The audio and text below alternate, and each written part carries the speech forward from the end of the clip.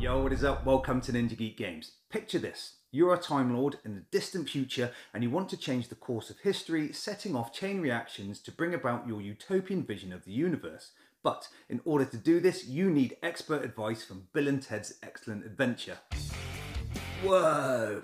Utopia is a worker placement game where your workers, represented by Chronoships, are sent to various time zones to collect resources in the form of knowledge, build ancient technologies, and recruit some of the greatest minds of the past.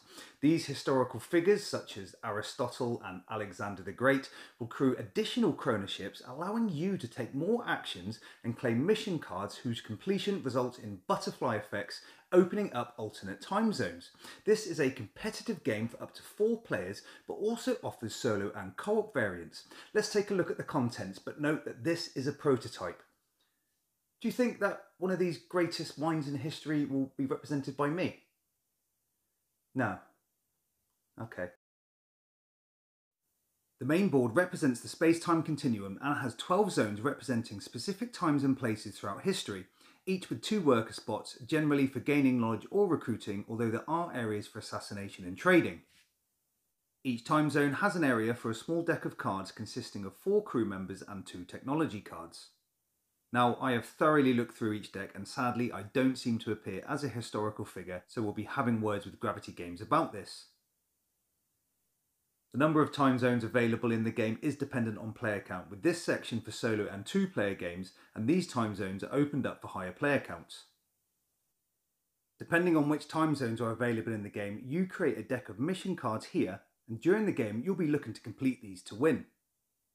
You also have these double-sided tarot-sized cards representing the alternate time zones, and get moved to these areas of the board once activated.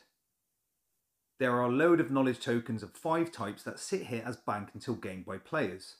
The board is nicely laid out, very clear, with some cool bright artwork on the cards, and there is even a round summy printed on the board.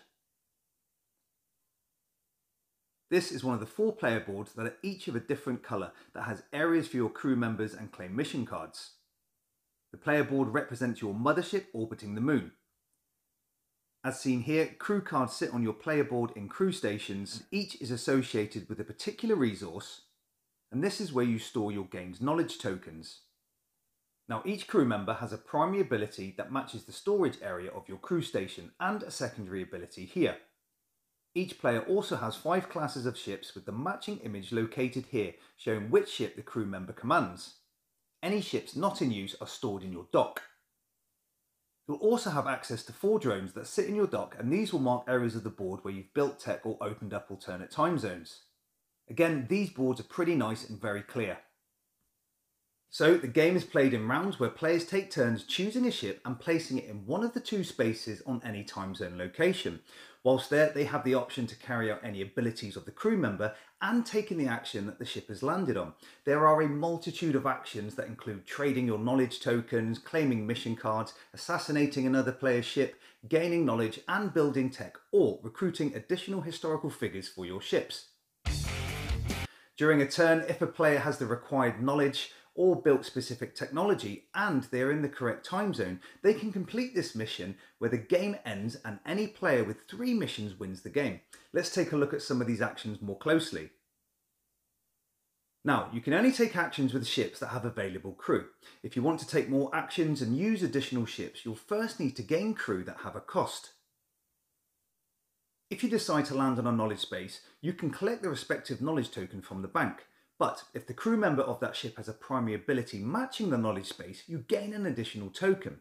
Knowledge is used as a form of currency to build tech and claim crew. Most time zone locations have 1 action for recruiting or developing tech.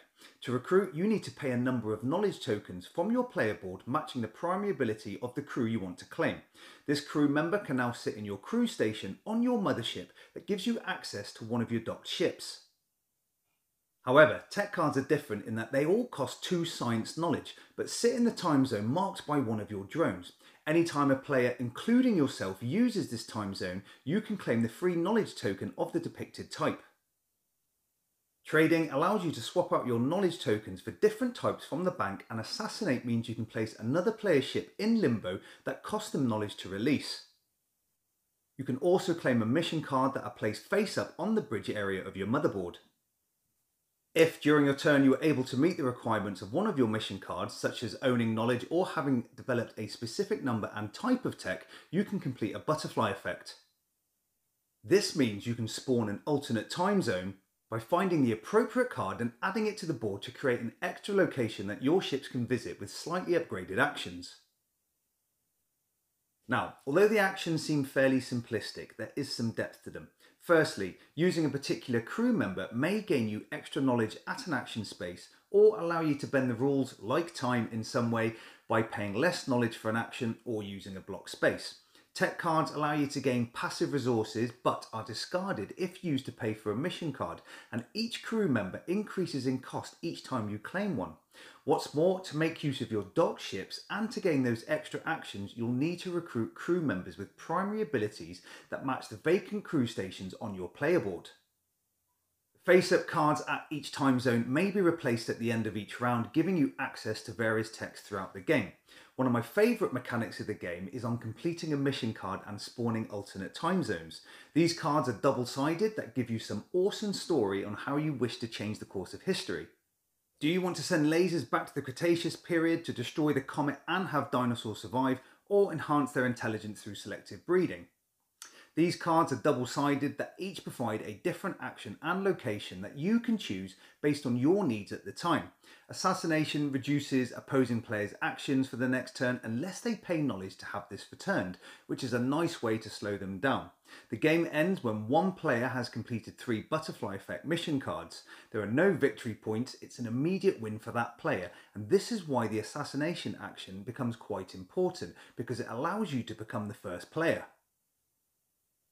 The game offers a solid solo game where you can play against one of 10 villains such as Al Capone.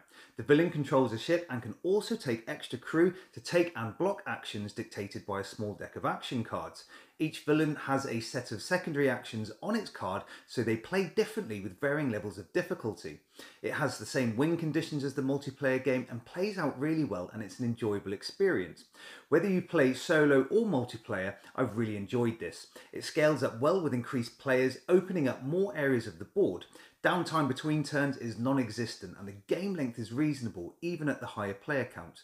The theme is great, and even for a prototype the components are pretty decent. Now, there is a cooperative variant included, but I can't comment on that as I've not played that version of the game. But I have enjoyed the solo and multiplayer game so far. So, if you like your worker placements with a fantastic theme in a light to medium game, then take a look at Utopia from Gravity Games. If you enjoyed the video, please take a minute to subscribe to the channel. This is Ninja Geek Games. Cheers.